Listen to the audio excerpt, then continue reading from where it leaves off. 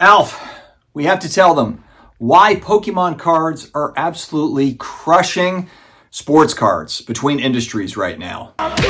There's some obvious differences and disconnects, and being a sports card guy, I have got to let the people know. And I just actually want to hear from all the Pokemon card collectors. If you cross over between the Pokemon card world, the sports card world, and maybe non-sports, Star Wars, Marvel, other types of IP cards. Now, before I start, let me not mince words here. Let's not get it twisted.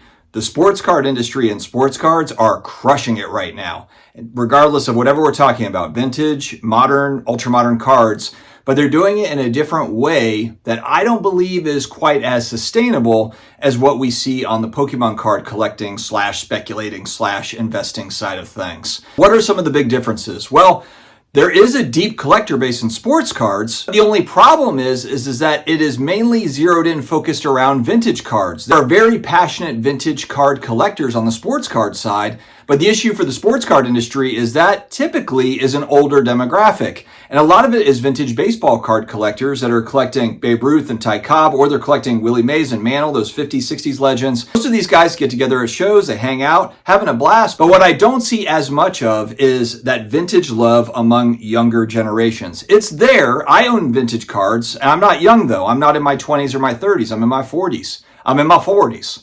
Oh, before I go on, if you have never submitted with PSA, I've got money off for you. I've got a promo code, SCD25 will take $25 off your first PSA submission. It's a one card minimum. You only have to send them one card, $25 off at the shipping and billing screen with the SCD25 promo code. And I've got a link down in the video description as well as in the pinned comments. Take advantage. It's not to say that there's not young vintage collectors, because you can find them for sure, but they are few and far between. Typically, the younger collectors on the sports card side, they are more interested in ultra-modern cards, or interested in breaks and repacks and that sort of a thing. When you go to the National Sports Card Collectors Convention, most of the vintage card collectors and people that are buying singles, a lot of them are really kind of my age and up.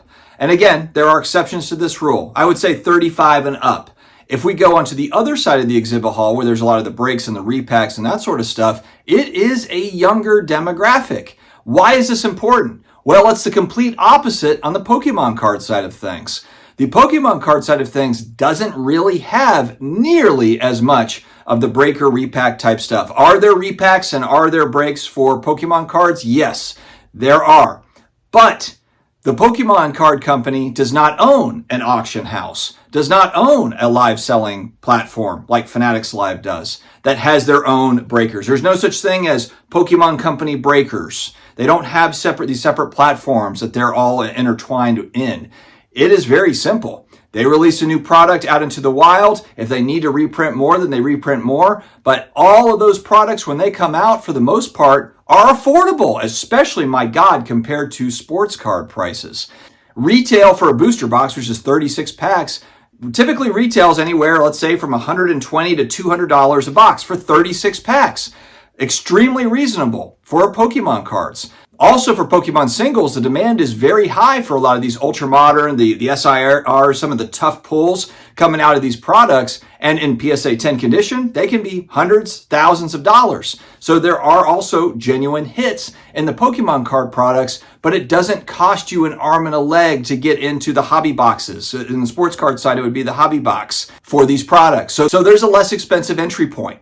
And that is really, really crucial. For Pokemon products, all the new products, they're affordable. And look, if you can't buy a 36-pack booster box, you can buy single packs. You can do rip and ships, where you buy packs online and have your favorite streamer open the packs for you. You can buy collector boxes. You can buy booster bundles that have 4 packs in it, or something that has 8 packs in it instead of having 36 packs.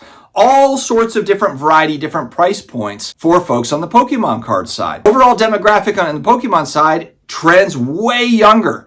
You know, if you look at the people that are nostalgic for Pokemon cards, they're like 40. They're a little bit younger than me. They're like 40. The stuff came out in 1999, like mid-90s to 1999 is when this stuff came out. So when you're looking at vintage Pokemon, we're talking about late 90s cards. That's vintage in Pokemon. Another huge difference, and this again, extremely important, there's a lot of females that are into Pokemon cards. On the sports card side, do we have female card collectors? Of course we do. But if I look at my YouTube analytics for my Sports Card Dad channel, it's literally 97% males, 3% females. It always has been historically for the last 5 years. You go to a Collecticon, more of a Pokemon card convention, Yes, you've got males, but you've got a ton of females. You have female card collectors. Females that are not just into the cards, but also into the video games. They're also into the animated series, the TV stuff, the movies.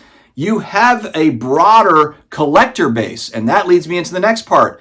Collector base. The Pokemon Company and all of the momentum behind Pokemon trading cards really is built through a huge collector base of all ages. Yes, there are people like me that speculate / invest, in quotation marks, in sealed product. Absolutely.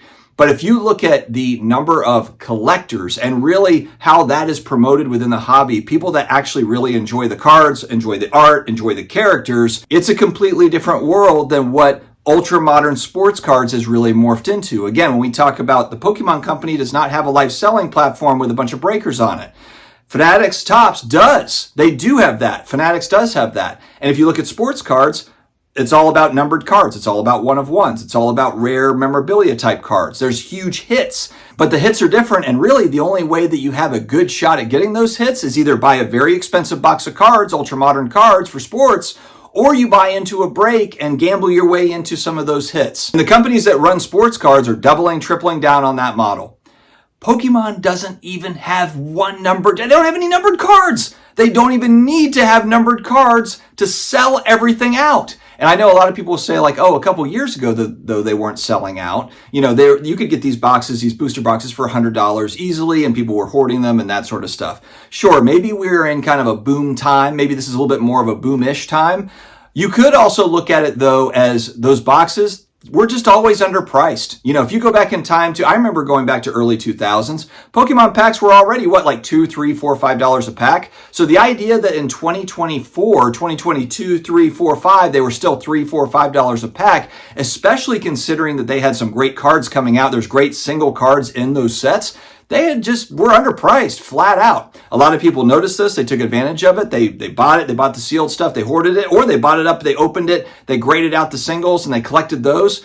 Good for them. Good on them to kind of realize, hey, this thing is underpriced. That's what we're all trying to do a lot of times in collectibles, whether you're buying for the long term or you just want a good deal on something. So on the sports card side, there really has to be more of a focus around collectors of all ages. Really, the marketing has got to focus in more on that side and less on it all being about chasing one huge hit out of a product or a handful of cards or players out of a product.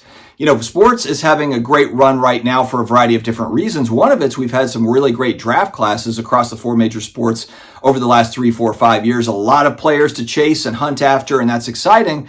But there might be a time where the draft classes just aren't very good. We've had that happen, and a lot of sports cards are relying on that. Pokemon cards are not reliant on that. They're not reliant on a draft class. They're not reliant on player performance. The characters are already in place, and they're already highly collectible. It's the highest selling media IP in the world right now. I think it's like $100 billion of sales a year, something crazy attached to Pokemon. So are these two different markets? Yes, they are. Are they different products and that sort of a thing? Yes. But there are a lot of parallels that I think the sports card side could really take from the Pokemon side to really enrich the experience for the collector overall. All right, friends, let me know your thoughts in the comments below. Stay healthy, stay awesome, and I will talk to you again later.